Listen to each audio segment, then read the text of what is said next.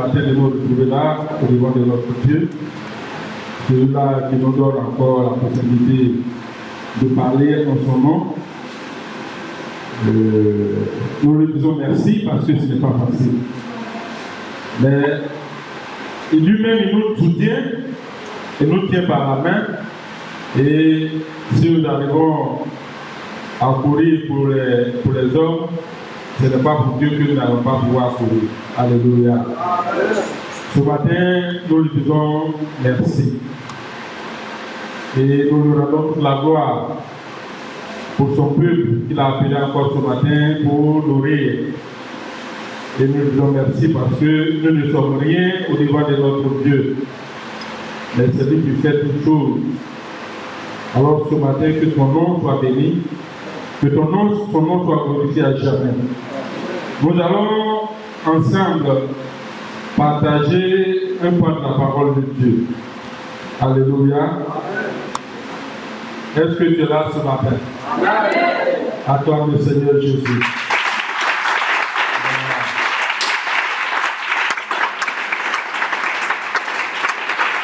Merci, Père.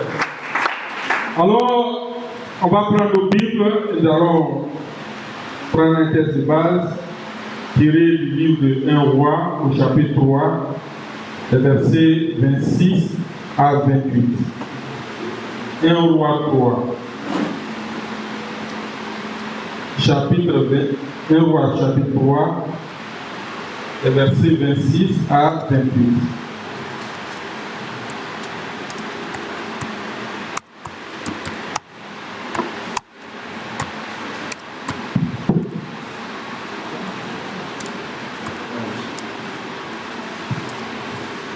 Nous lisons 1 Roi chapitre 3, 1 Roi chapitre 3, verset 26 à 28.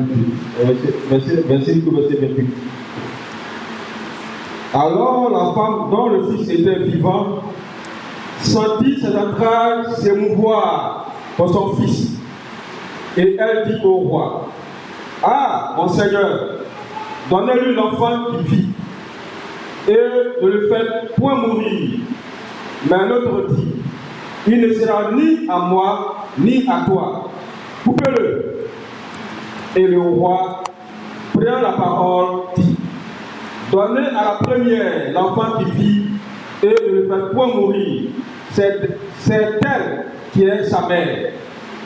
Tout Israël apprit le jugement que le roi avait prononcé. Et l'homme craignit le roi, car on vit que la sagesse de Dieu était en lui pour le diriger dans ses jugements. Amen. Amen. Alléluia. Donne le micro à Papa Boss. Il va prier pour la parole de Dieu. Alléluia. Amen. Seigneur, merci pour tout ce que tu as fait. C'est ta parole qui nous conduit. C'est basé sur ta parole pour créer le monde. Sans ta parole, ne peut rien faire, papa. Merci parce que le moment est arrivé. On va écouter ta parole. C'est vrai que ton serviteur que tu as choisi, que tu le diriges, papa. Et passer tout sans connaissance. Et toi-même, tu prends soin de lui. Tout ce qu'il va dire, que cela conduit par ton esprit. Seigneur, le cœur tu vas recevoir ta parole ce matin. Il y a beaucoup de personnes qui ont reçu. Leur idée est autre chose. Mais Seigneur, tu veux que leurs pensées soient en place. Pour que Seigneur, ce qui tu vas nous dire pour que ça peut faire du bien, papa. Sans ta parole, ne peut rien faire. Tout esprit, tu vas s'aider pour distraire tes enfants, amener les pensées ailleurs. Que cela soit vécu au nom de Jésus. Père, glorifie tout son nom. Enseigne-nous et conduis-nous parce que tu es bon au nom de Jésus. Amen. Amen. Alléluia. Je relis ce texte rapidement, tiré du livre de 1 Roi au chapitre 3, les versets 26 à 28. Alors la femme dont le fils était vivant sentit ses entrailles s'émouvoir pour son fils. Et elle dit au roi: Ah, mon Seigneur, donnez-lui l'enfant qui vit, et ne le faites point mourir. Mais l'autre dit: Il ne sera ni à moi, ni à toi. Coupez-le en deux. Et le roi, prenant la parole, dit: donnez à la première l'enfant qui vit et ne le faites pas mourir, ne le faites point mourir. C'est elle qui est sa mère. Verset 28. Enfin, tout Israël a appris le jugement que le roi avait prononcé. Et l'on craignit le roi, car on dit que la sagesse de Dieu était en lui pour le diriger dans ses jugements. Amen. Alléluia. Notre Dieu est ce Dieu-là qui nous donne la capacité alors d'apporter des jugements sur tout ce qui nous arrive. Alléluia. Ce matin, nous lui disons merci pour cette grâce qu'il nous fait.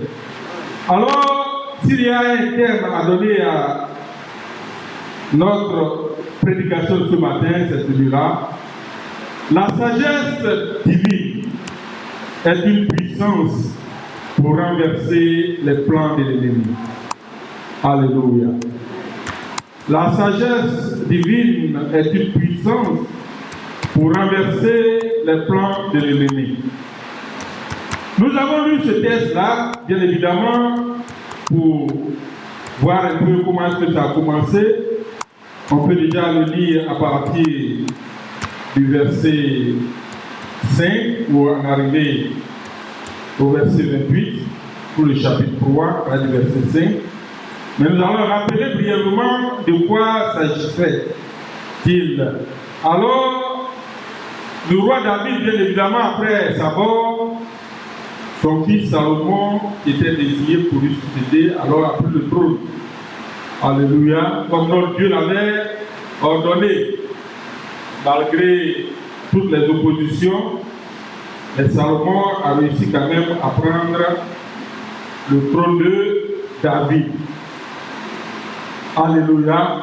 Et notre Dieu lui avait demandé de construire une maison à l'Éternel.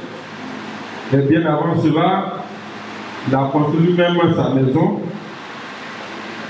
Et pour en arriver là, notre Dieu, étant celui-là qui a choisi Salomon, va donc se retourner vers son choix. Alléluia. Parce que notre Dieu, lorsqu'il nous choisit, alors il nous établit. Et lorsqu'il nous donne alors la mission, il nous donne aussi la possibilité, il nous donne la provision pour pouvoir accomplir cette mission. Alléluia. Alors Dieu va demander à Salomon, bien sûr, de lui demander quelque chose qu'il va lui-même lui donner. Alors Salomon, dans sa réflexion, ça c'était un songe, que l'Éternel lui a fait cette demande. Alors il va dire à Dieu: je ne veux rien d'autre que la sagesse pour diriger le peuple dont tu m'as confié la charge. Ce peuple qui est devenu tellement nombreux. Alors je n'ai pas d'intelligence, je n'ai pas de force, c'est sur toi que je compte. J'ai besoin réellement de la sagesse. Alléluia. Comme chacun d'entre nous, lorsqu'on nous donne alors une mission, celui qui t'a donné la mission, normalement tu vas dire: pour accomplir cette mission, qu'est-ce qu'il me faut? Il faut que je me déplace, il faut que tu me donnes du carburant. Quand je vais partir en mission, je vais me loger, je vais avoir besoin de me nourrir. Alors, j'ai besoin de provision. La seule provision que Salomon donc va demander au Dieu d'Israël, c'est la sagesse. Alléluia. Et la Bible déclare que cette réponse de Salomon a plus que étonné le Seigneur lui-même. Parce que chacun d'entre nous, on le sait très bien, généralement, quand on demande quelque chose à Dieu, en ce moment-là, certains demandaient à Dieu de leur donner le pouvoir pour pouvoir écraser les autres, pour pouvoir dominer les autres. Mais Salomon n'a pas demandé autre chose que la sagesse de diriger le peuple.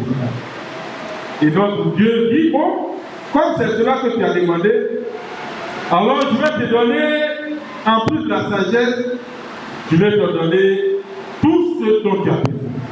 Alléluia. Et en plus de la sagesse, l'intelligence et tout ce dont tu as besoin. Tout ce qu'on peut appeler bénédiction, tout cela va accompagner donc la sagesse. Alléluia. C'est alors que notre Dieu, ayant donné cette sagesse-là à Salomon, le diable, l'ennemi va se lever.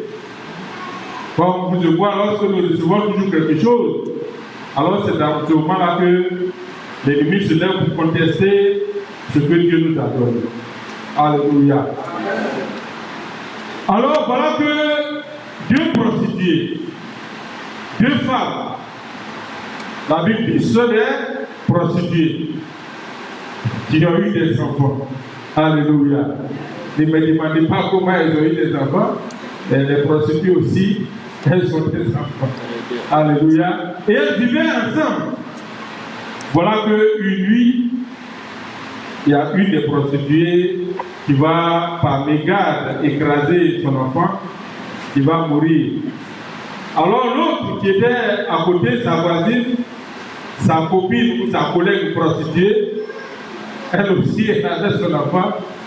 Et à son réveil, il se trouve qu'elle voit qu'à côté d'elle, c'était un enfant mort.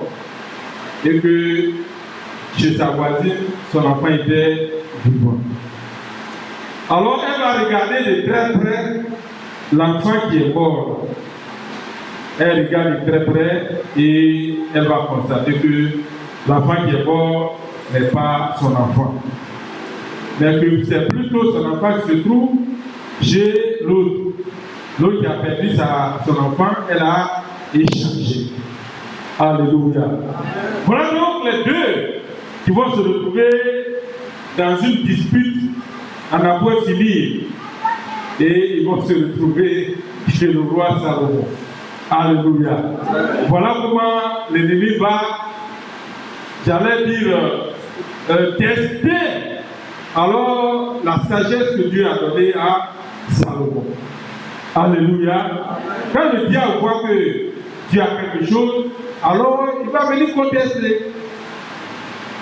Alors on va faire appel à Salomon et les deux femmes dans leur dispute vont faire leur exposé, c'est ça? Leur plaidoirie, non?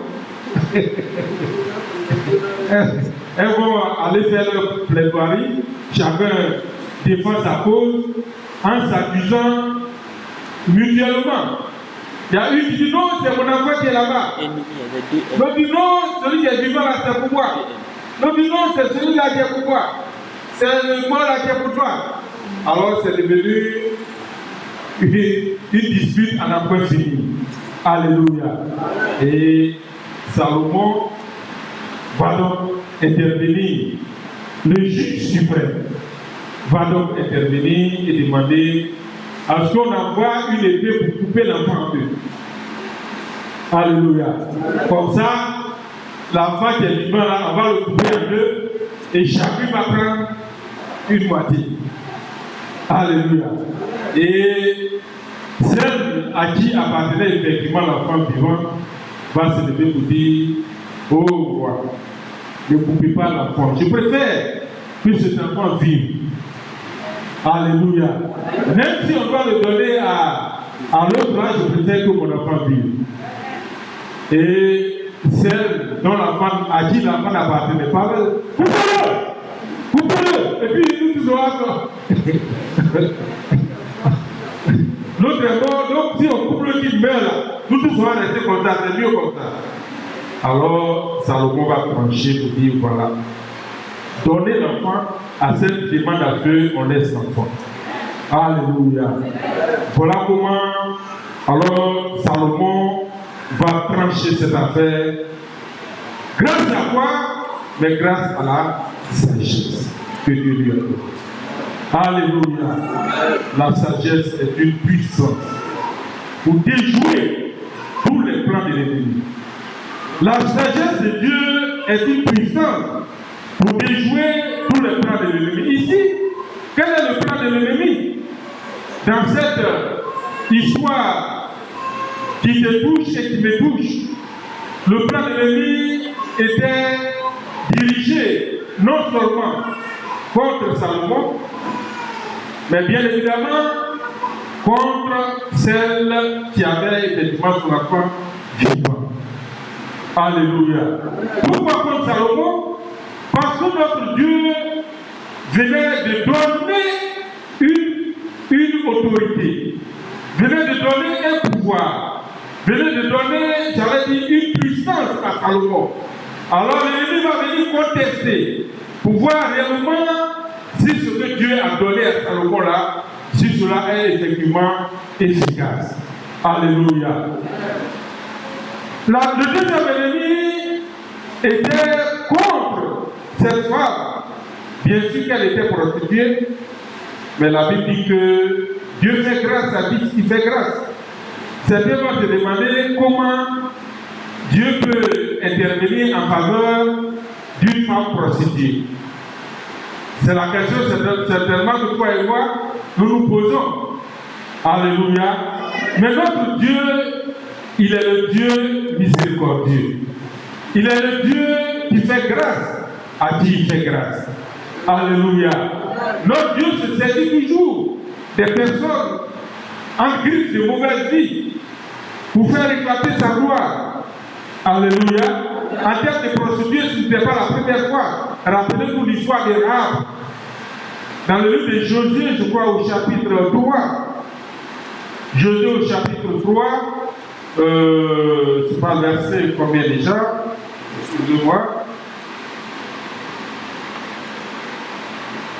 Dans le livre de Josué au chapitre 2 plutôt, à partir du verset 1, vous pouvez le lire, vous voyez que lorsque Josué devrait conquérir Jéricho, alors il fallait envoyer des espions pour aller explorer le pays. Mais la Bible déclare que les espions qui sont partis ont atterri chez une femme prostituée appelée Rahab. Alléluia. Et c'est cette femme prostituée-là que Dieu a utilisée pour pouvoir accomplir cette mission. Alléluia. C'est la même chose ici. Pour faire éclater sa gloire, Dieu va se servir de cette femme prostituée. Pas pour, j'allais dire, faire plaisir à cette femme prostituée seulement, mais pour faire éclater sa gloire. Alléluia. Bien évidemment, la sagesse de Dieu est une puissance pour détruire tous les plans de l'ennemi. Alléluia. Chers frères et sœurs, nous savons que la sagesse, c'est plus grand que autre chose que nous demandons à notre Dieu. C'est pourquoi nos moments nos moments de mouvement des femmes, quand elles prennent la parole Saint, quand on dit Saint, vous répondez quoi?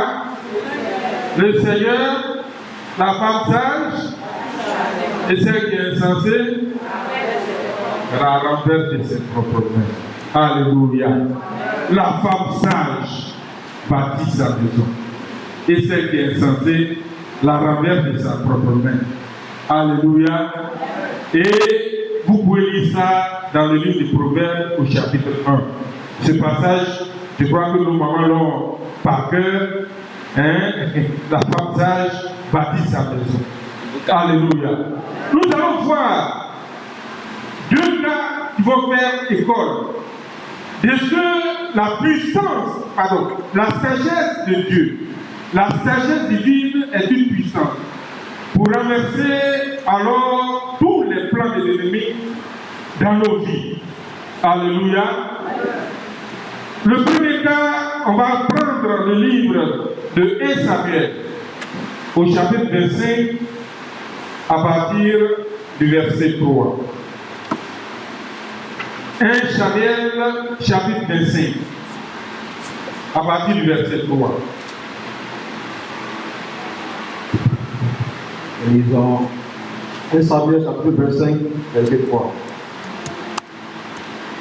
Le nom de cet homme était Nabal, et sa femme s'appelait Abigail.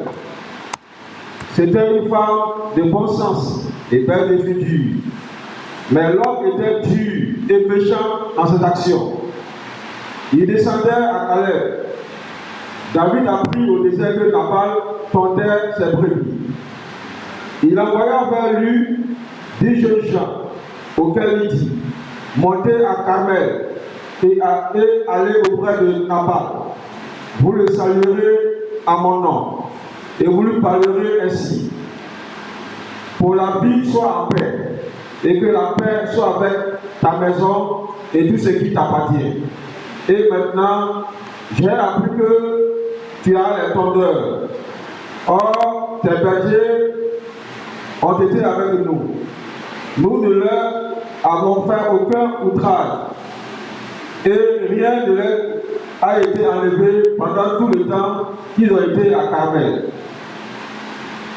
Demande-le à tes serviteurs, et ils te le diront. Que ces jeunes gens trouvent donc grâce à tes yeux, puisque nous venons dans un jour de joie. Donc, je te prie à tes serviteurs et à ton fils David, ce qui se trouvera sous ta main. Lorsque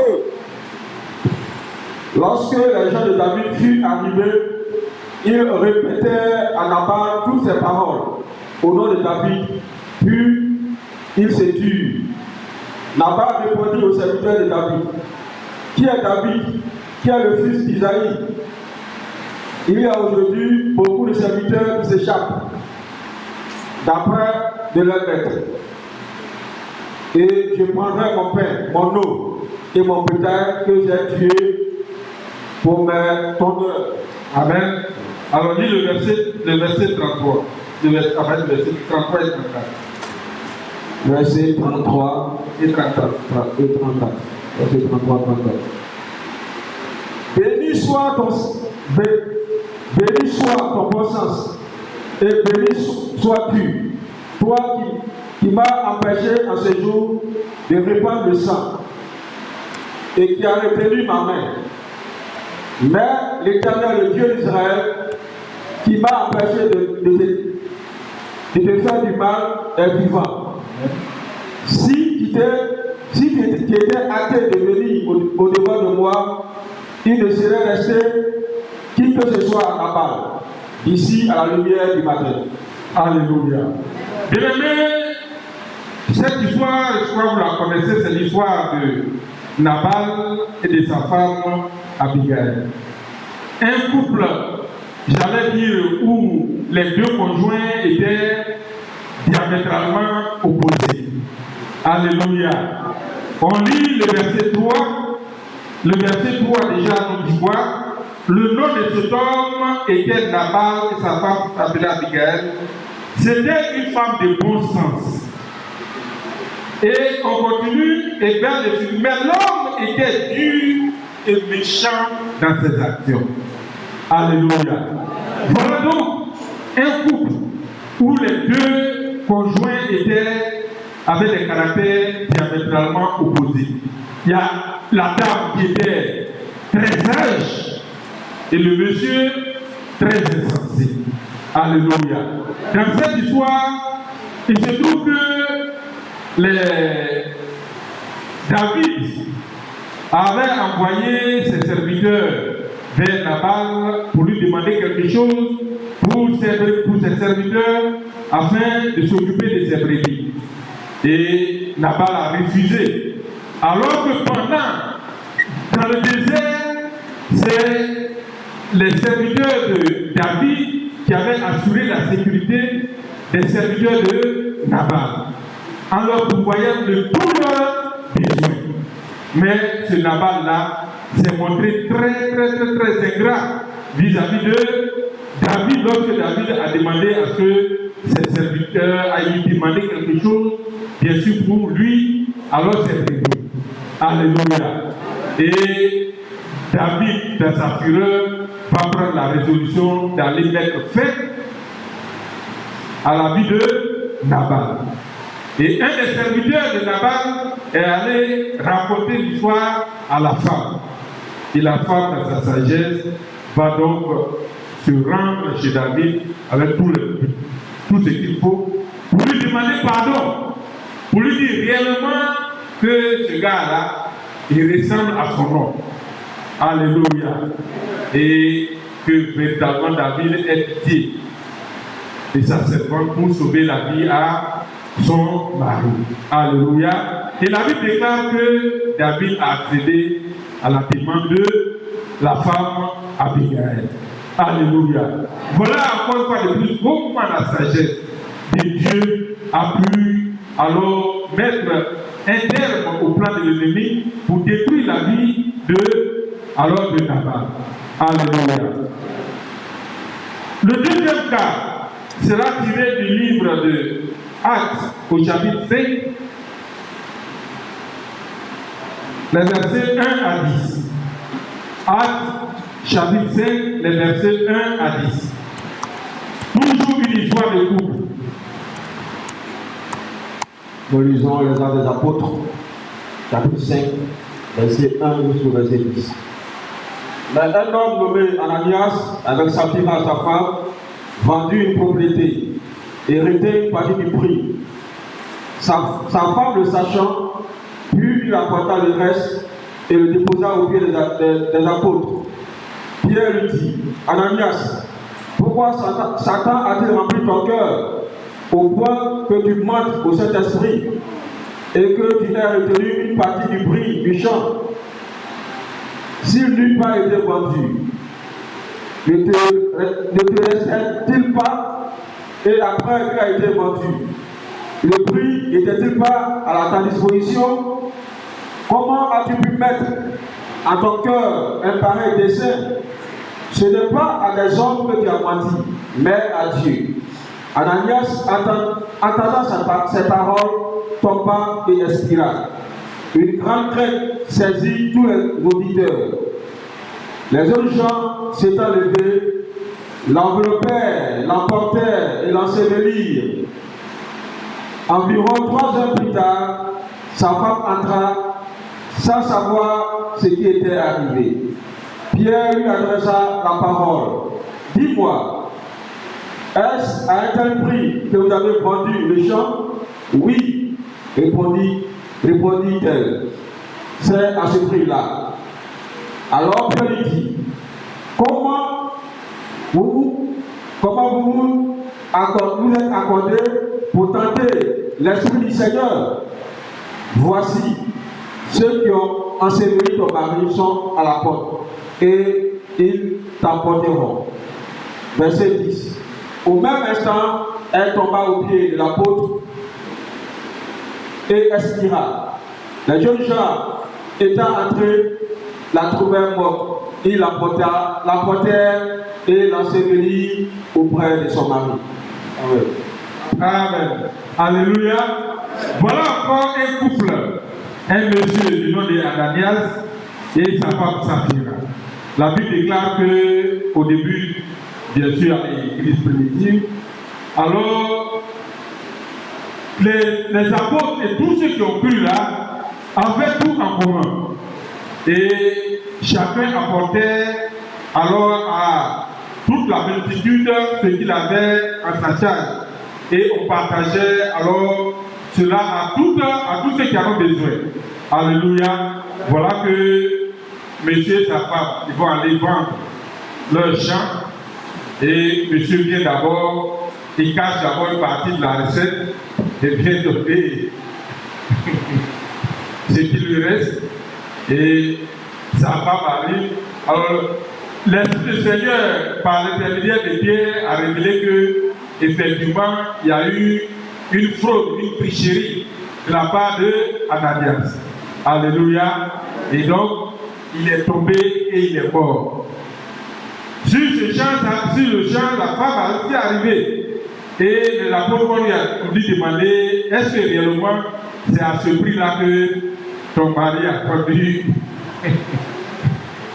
le champ? Alors, telle femme, tel mari, telle femme, comme le fond le dirait, elle aussi, elle va soutenir son mari dans sa bêtise. Vous dites, oui, effectivement, c'est à ce prix-là qu'il a vendu alors le champ. Alléluia. Et la Bible déclare que sur le champ, elle aussi, elle est décédée. Voilà comment le manque de sagesse, deux personnes insensées qui forment un foyer, voilà ce à quoi ils doivent s'attendre. Alléluia. Aucune sagesse pour pouvoir délivrer les plans de l'ennemi. Dieu leur a fait la grâce d'avoir un champ. Certainement, dans la multitude, il y a des gens qui n'avaient pas de champ. Mais eux, ils avaient un champ. Alors, en vendant le champ, ils se disent que mais, nous, on ne peut pas vendre notre champ et puis aller donner l'argent à ceux qui n'ont même pas de champ, ceux qui ne font rien. Et puis, c'est à eux, nous, à donner notre argent, qu'on garde une partie. Comme ça, si on bataille, là, on va prendre le reste là pour compléter. Alléluia. Ça, c'est le comportement insensé. Alléluia. Sans la sagesse de Dieu, nous ne pouvons pas résister à toutes les tentatives. Ça, c'est cet esprit-là, c'est quoi? C'est l'esprit de convoitise, de cupidité, l'esprit de gourmandise. Alléluia. Et cet esprit-là a eu raison, parce qu'il n'y avait aucune sagesse dans la vie de ce couple-là.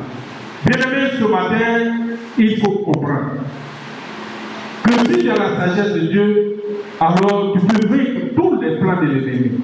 Alléluia. Tout ce que l'ennemi va mettre au-devant de toi, comme difficulté, comme épreuve, la sagesse de Dieu en toi pourra te permettre de les renverser. Alléluia. Alors, on peut se poser la question, comment donc obtenir cette sagesse-là qui doit être une arme pour toi et moi? On va lire le livre de Proverbes, au chapitre 1, le verset 7. Comment obtenir cette sagesse qui vient de Dieu? Salomon l'a demandé et il l'a obtenu. Mais un peu de comment il a obtenu, pour certains qui vont dire aussi facilement. Et puis moi j'écris à Dieu, donne-moi la sagesse, et puis ne me donne pas. Mais comment Salomon a obtenu aussi facilement cette sagesse-là? Proverbe 1, verset 7. Proverbe chapitre 1, verset 7. La crainte de l'Éternel est le commencement de la science. Les insensés méprisent la sagesse et l'instruction. Amen. Amen. Pour lui. La crainte de l'Éternel est le commencement de la science. Les insensés méprisent la sagesse et l'instruction. Amen. Alléluia. La crainte de l'Éternel, c'est le commencement de la sagesse. Bien-aimé, est-ce que tu crains Dieu? Est-ce que tu crains Dieu? Si tu crains Dieu, tu deviens sage. C'est ce que le proverbe dit. Si tu crains Dieu là, tu es bien parti pour obtenir la sagesse de Dieu. Alléluia. Si je crains Dieu, mais je ne vais pas tuer. Parce que Dieu dit de ne pas tuer. Si je crains Dieu, je ne vais pas aller commettre l'adultère. Parce que Dieu dit que l'adultère est un péché. Si je crains Dieu, alors je ne vais pas faire du mal à mon frère ni à ma soeur. Alléluia. Si je crains Dieu, je ne vais pas, j'allais dire, faire des histoires à ma femme. Si je crains Dieu, je ne vais pas divorcer. Alléluia. Si je crains Dieu, alors je ne vais pas me permettre d'aller chercher deux femmes. Comme aujourd'hui, c'est le débat sur la foi. Alléluia. D'autres sont en train de prôner la polygamie, de faire institutionnaliser la polygamie. Ça, c'est, j'allais dire, la preuve que ces gens-là n'ont aucune crainte de Dieu. Alléluia. Quand la Bible déclare que l'homme quittera son père et sa mère s'attachera à sa femme et non à ses femmes, alors comment je peux craindre Dieu, connaître la parole de Dieu et puis aller prendre des femmes et puis quitter mon père et ma mère pour aller m'attacher à des femmes, à mes femmes? Alléluia. Quand on craint Dieu, on devient sage. Alléluia. La Bible dit, la crainte de l'Éternel, c'est le commencement de la sagesse. Chers frères et sœurs, si Ananias et sa femme Saphira avaient craint Dieu, ils auraient pu comprendre qu'on ne ment pas à Dieu, que le mensonge au Saint-Esprit était péché. Alléluia. Si tu crains Dieu, tu ne vas pas, j'allais dire, aller te prostituer. Bien évidemment, chers frères et sœurs, craignons l'Éternel. Parce que chaque fois que tu vas aller poser un acte, il faut que la crainte de Dieu, pour ne pas dire le Saint-Esprit, te rappelle alors de la, j'allais dire de la faisabilité, de la possibilité de poser tel ou tel acte au regard de Dieu, pour ne pas dire au regard de la parole de Dieu. Alléluia. C'est pourquoi la Bible dit que les chrétiens de Béret examinaient toutes choses à la lumière de la parole. Alléluia. Lorsque tu veux aller poser un acte, lorsque tu veux même parler, lorsque tu veux même penser, tu es même pensé, est-ce que tu mets cela en confrontation avec la parole de Dieu? Si tel est le cas, et que tu crains Dieu, alors l'Esprit de Dieu va t'interpeller pour dire non, ça, ce n'est pas de la gloire de Dieu. Ce n'est pas ce que Dieu demande. Et automatiquement, tu vas t'arrêter. Alléluia. C'est vrai, très souvent, nous sommes chers et saints.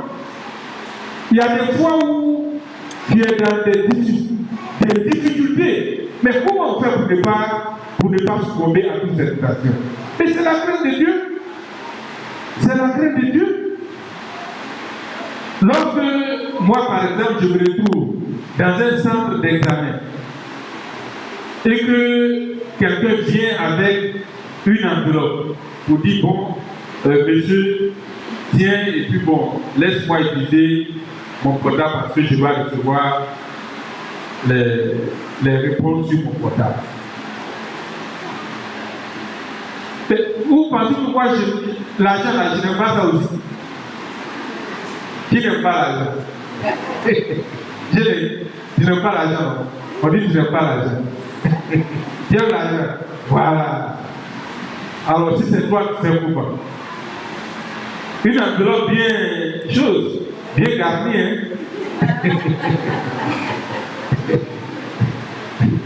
Tu n'as même pas encore ouvert, mais quand tu touches, tu sais que ça pèse quand même. Alléluia. Mais devant une telle situation, qu'est-ce que Dieu dit? Qu'est-ce que Dieu dit? C'est pourquoi Paul dit, je dois avoir un esprit pur devant Dieu et devant les hommes. Devant Dieu, je me trouve devant telle situation. C'est de la corruption. C'est de la corruption. Dieu n'approuve pas cela. Dieu n'approuve pas la faute. Donc je mérite. Alléluia. C'est la crainte de Dieu qui permet aux uns aux autres de résister. Et la crainte de Dieu qui donne donc la sagesse pour neutraliser toutes les tentations, tout ce que le diable nous envoie. Si tu crains Dieu, alors tu arrives à le bouquet hors. Alléluia. Si tu crains Dieu, tu es marié. Mais même si ton mari ne te donne pas les pailles que tu demandes, ne te donne pas, ne gagne pas l'argent pour te donner à manger, tu ne vas pas aller te donner aux voisins. Alléluia. Si tu crains Dieu, alors ce n'est pas parce que ton mari aujourd'hui n'arrive plus à faire comme quand il avait 25 ans que tu vas dire non, comme il n'arrive plus à me satisfaire, donc je vais me débrouiller chez le voisin. Alléluia.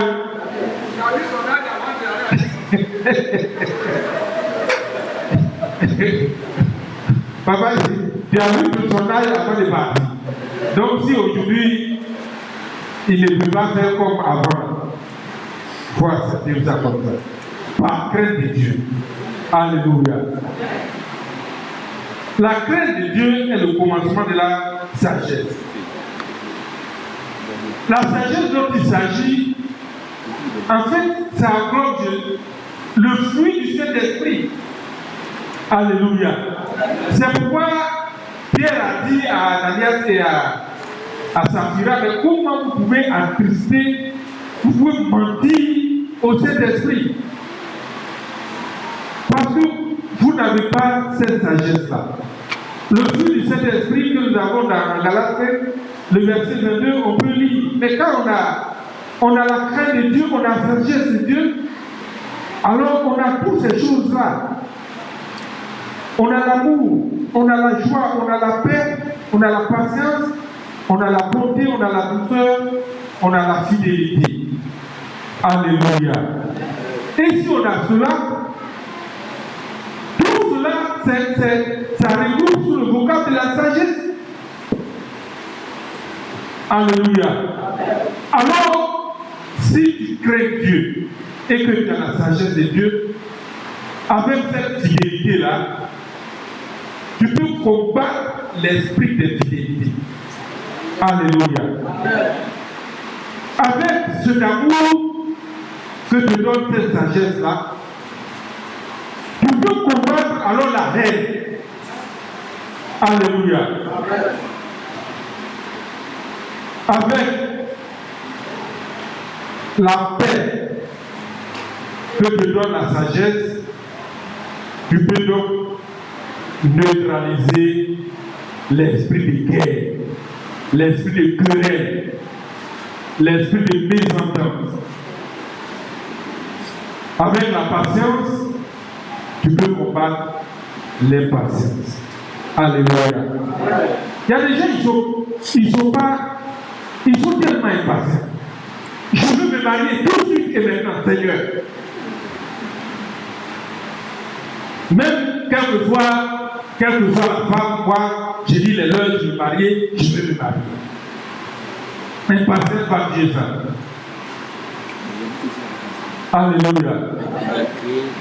Mais si tu crains Dieu, là, tu vas comprendre que Sarah et Abraham n'ont pas eu leur premier enfant à 25 ans. Alléluia.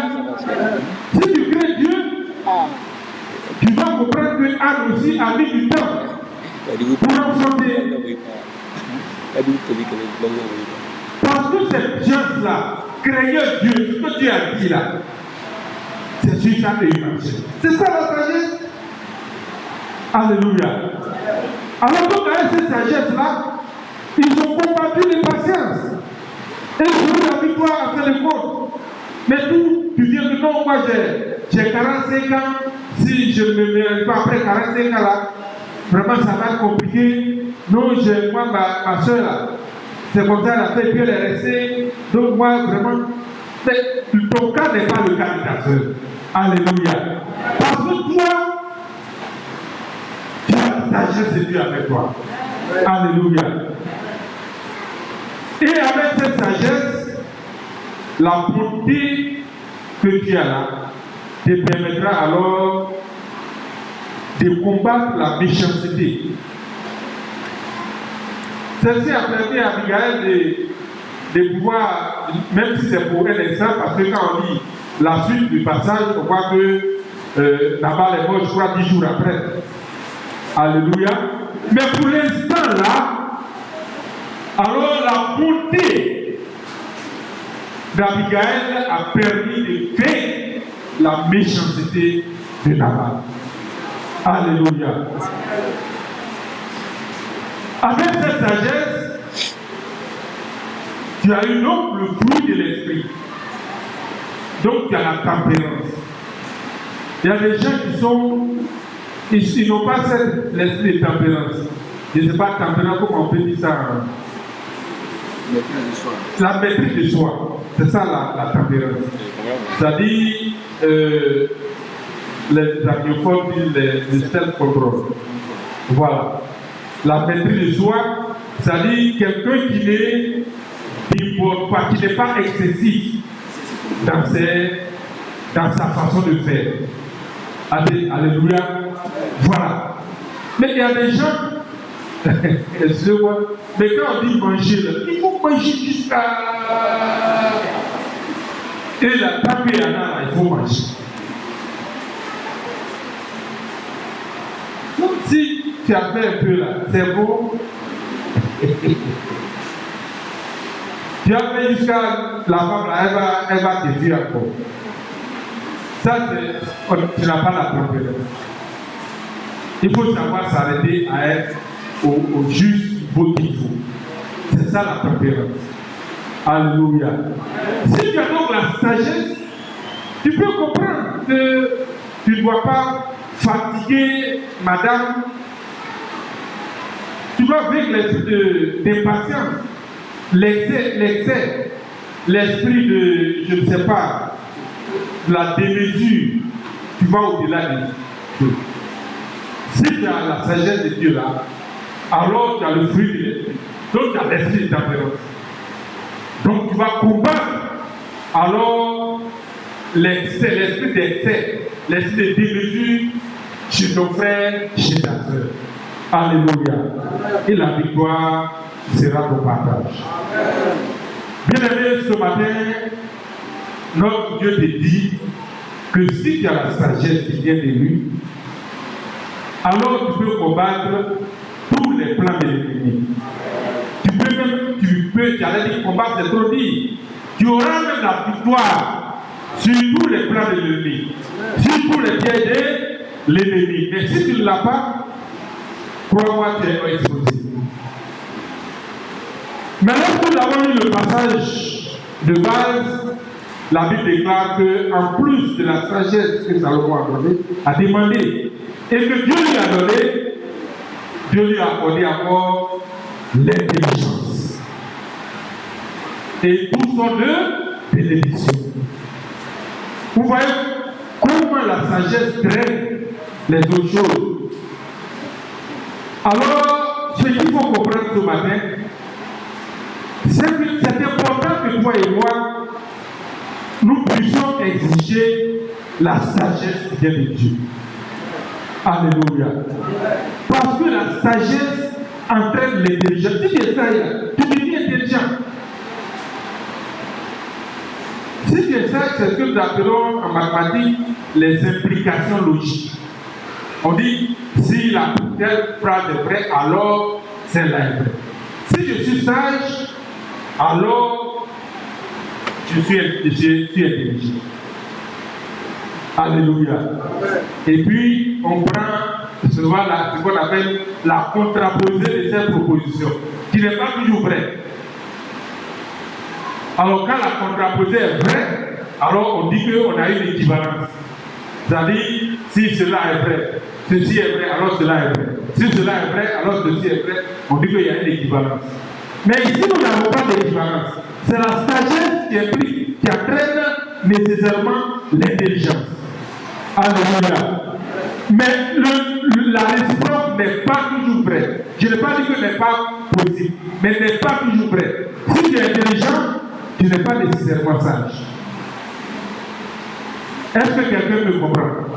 Est-ce que quelqu'un me comprend? Vous avez vu des gens qui sont très intelligents mais qui ne sont pas sages? Ou bien vous n'en avez pas vu sous vos yeux? Parce qu'ils connaissent papier fort, comme le dirait mon papa, mais ils sont très bêtes. Sur les bancs de l'école, on a rencontré des gens comme ça. Je rappelle papa, puis je rappelais je vais Kiapaga. On avait des éléments comme ça au collège, Kiapaga. Il était intelligent en classe, mais il est bête. Il est mal bête. Alléluia. Comme vous-même, vous le dites toujours, il est mal bête. Ce monsieur-là, quand on commence l'école, là, premier trimestres là, il a déjà pris les 3 euros de conduite des 3 trimestres.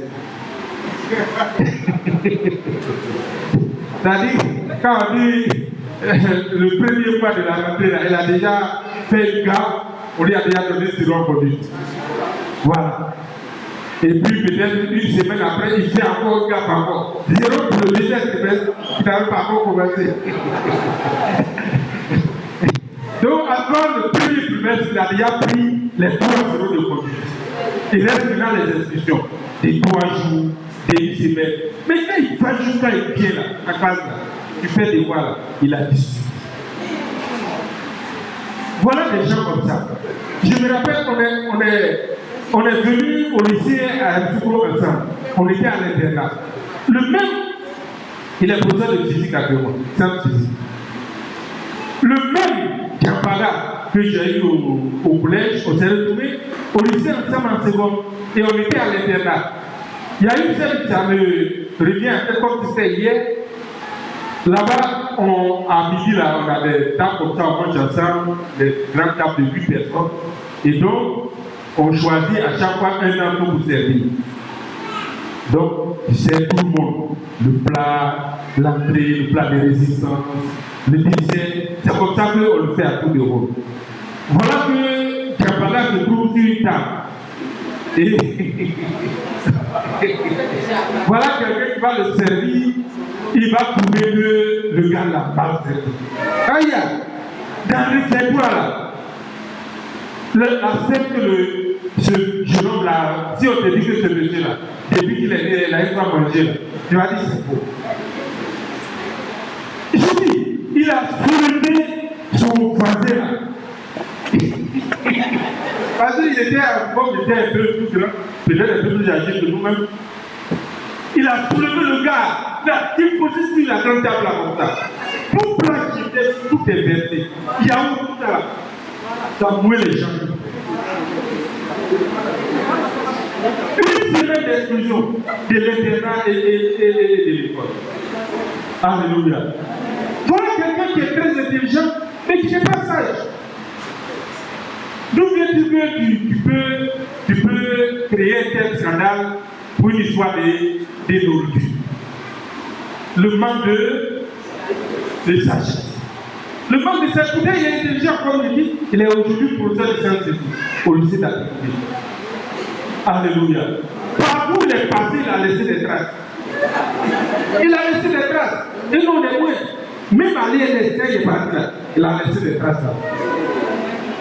Mais il était intelligent. Les gens ont fait comment? Il fait ses coloris avec un tablette, il est parmi les artistes. Alléluia. Quelqu'un qui est intelligent, qui n'est pas sage. Celui qui propose la polygamie à légaliser là.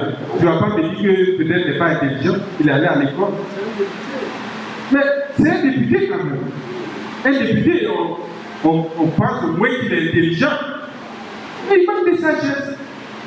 Alléluia. L'intelligence n'entraîne pas nécessairement la sagesse. Il y a des gens qui sont intelligents, il y a des hauts cadres, qui sont aujourd'hui des voleurs, des détourneurs de débits publics, des violeurs, des homosexuels.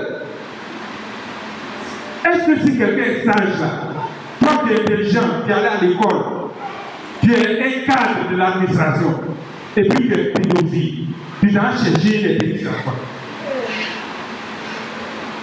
Tu couches avec une personne de même sexe que toi. Où est la sagesse de ça? Chers frères et sœurs, cherchons la sagesse de Dieu. La Bible dit chercher d'abord le royaume de Dieu et la justice de Dieu.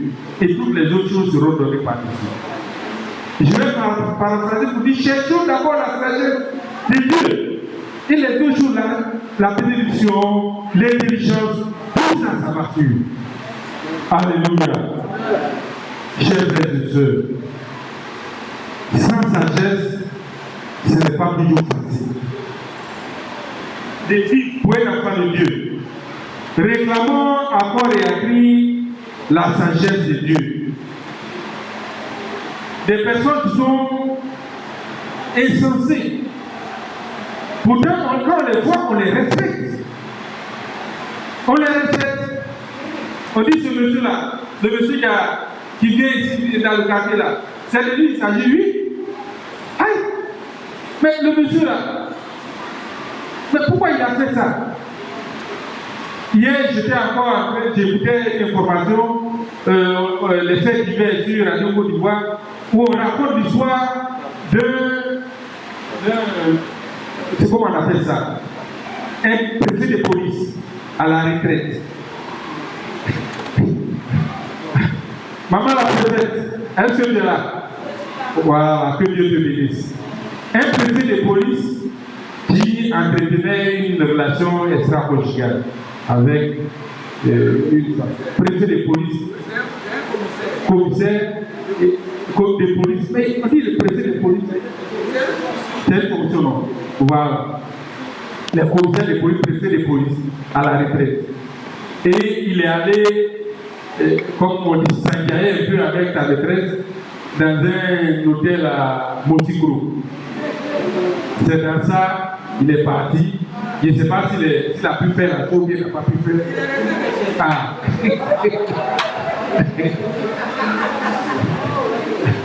Ouais, la gérante de l'hôtel a entendu un grand cri. Et puis après, on se va voir, il est entendu avec une plaquette de comprimés à son dos. Et sa campagne, du coup, qui est venue appeler la gérante. Bon. Comment on peut arriver à un tel niveau de responsabilité, j'allais dire de respect aux yeux des hommes, et puis descendre dans une telle poubelle? Si on est sage, chers frères et sœurs, la crainte de Dieu est le commencement de la sagesse. Si le monsieur-là, s'il craignait Dieu, ne pouvait pas se permettre de faire telle chose. Et voilà la finalité. Le diable, l'ennemi, a eu raison de lui.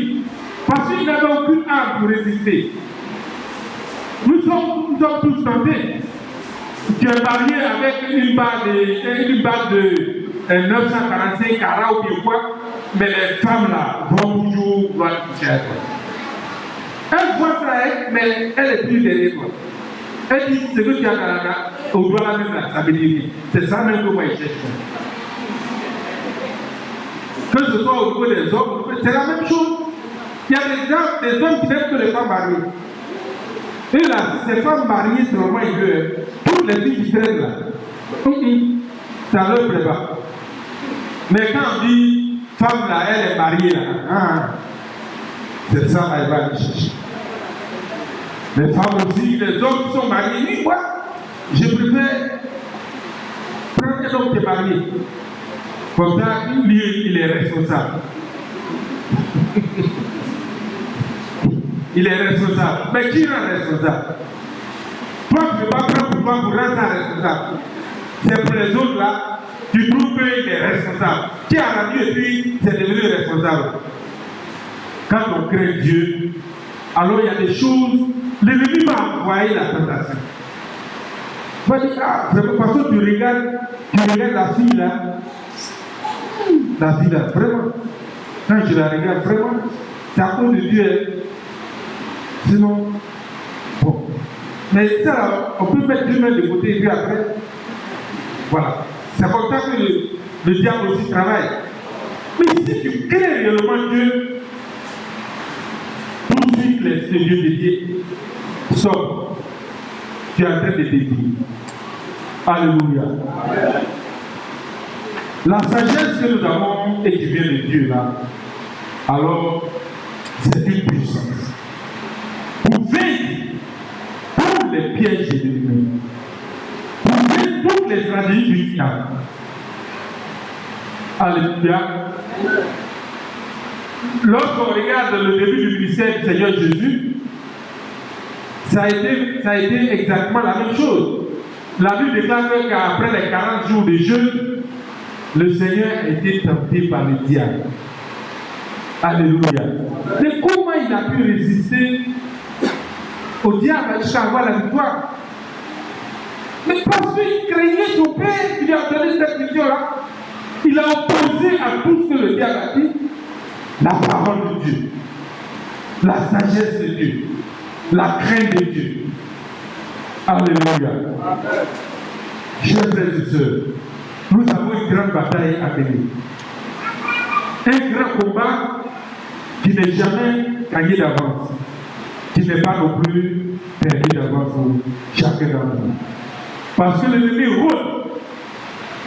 Quelqu'un dit il va dévorer. Alléluia. La bataille qui vaut la peine d'être menée, c'est la bataille de la vie éternelle. Alléluia. Cette bataille-là, nous devons la remporter. Nous devons la remporter. Si nous perdons cette bataille, c'est que Christ s'est sacrifié en vrai pour nous. Alléluia. Il a dit, tout est accompli.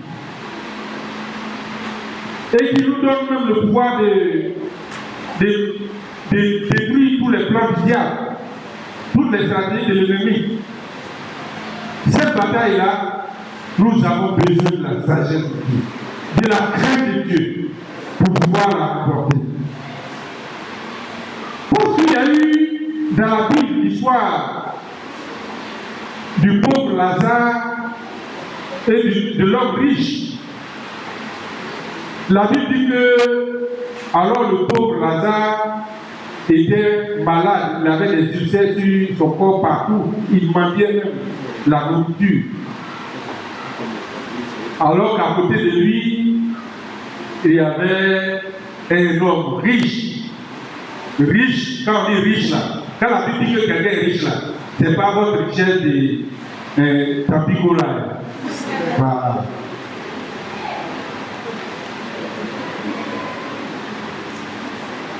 Isaac est devenu riche, fort riche. Alléluia. Donc cet homme-là, il était fort riche. Il était mal riche. Et la Bible dit qu'il menait joyeuse vie. Joyeuse vie.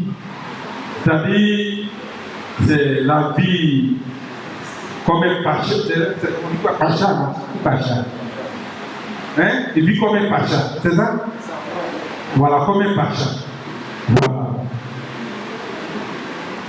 À côté, alors que le pauvre Lazare souffrait à côté. Les deux là vont mourir. Ils vont mourir, ils vont se retrouver l'un dans le sein d'Abraham, le pauvre Lazare, et l'homme riche dans les tourments, dans le feu ardent.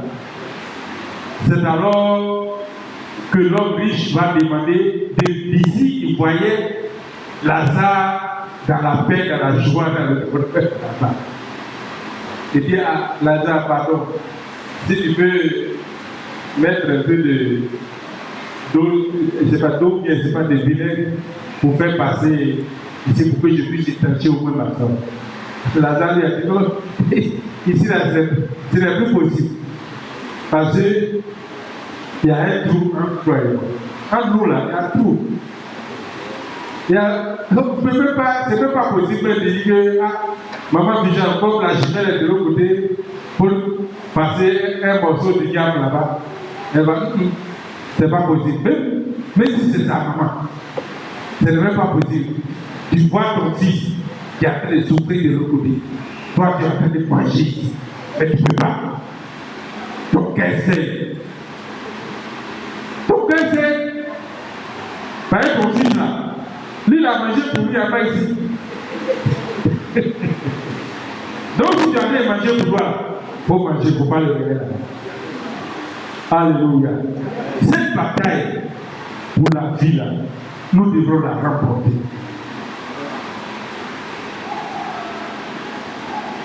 Et c'est avec la crainte de Dieu, avec la sagesse que Dieu nous donne. Si Dieu nous donne, nous allons vivre une vie en conformité avec Dieu, une vie paisible avec Dieu. Nous allons marcher j'allais dire, côte à côte avec Dieu. Mais la Bible dit que Dieu ne peut marcher ensemble que si ça côte. Si on n'est pas en accord avec Dieu, si on ne crée pas Dieu pour respecter ses principes, comment on peut marcher ensemble? Et comment celui-là qui est chargé, qui lui-même il a pris sur lui la résolution de nous conduire à la vie éternelle, comment celui-là peut être content pour nous d'amener en ce lieu-là? Ce n'est pas possible. C'est pourquoi nous devrons aspirer à la vie éternelle, à commencer par la crainte de Dieu. Alléluia. Chaque fois que nous aurons quelque chose à faire, chaque fois que nous aurons quelque chose à dire, chaque fois que nous aurons même des pensées à émettre, alors demandons-nous, est-ce que cela est de la volonté de Dieu?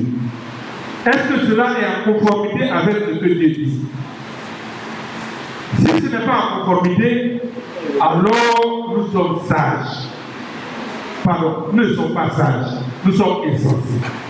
Et si nous posons ces actes-là, alors nous ne créons pas Dieu.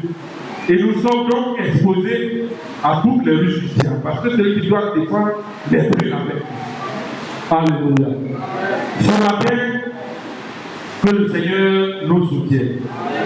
Il nous donne de comprendre que nous avons besoin de la sagesse de Dieu. Notre papa a pris, je crois, 3 séances pour nous enseigner sur le mariage. Vous voyez les passages que j'ai pris, je les ai pris à décès parce qu'il s'agit de 2 couples. Un couple où la sagesse de Dieu a pu sauver certaines situations. Et un autre couple où, j'allais dire, le manque de sagesse a détruit le couple. Alléluia. Je m'appelle que Dieu nous aide en nous donnant une sagesse supérieure dans nos foyers, dans nos maisons, dans nos entreprises, dans l'église, dans le ministère que nous avons à faire. Et cela pour la gloire de Dieu. Alléluia. Dieu ne s'est pas servi de Salomon pour, j'allais dire, permettre à cette femme de récupérer son enfant pour faire plaisir à cette femme. Loin de là. Même si c'est peut-être qu'il n'a rien pensé, mais la première des choses, c'est pour la gloire de Dieu. C'est pour ça que lui est Dieu. Alléluia. Donc, bien évidemment, nous devrons œuvrer pour que la gloire de Dieu éclate au travers de notre marche. Que ce matin, la paix et la grâce de notre Dieu nous soient données. Qu'il nous donne un esprit supérieur pour que nous puissions comprendre les choses de Dieu et que le nom de l'Éternel soit glorifié à jamais. Que l'Éternel bénisse sa parole au nom de Jésus. Amen.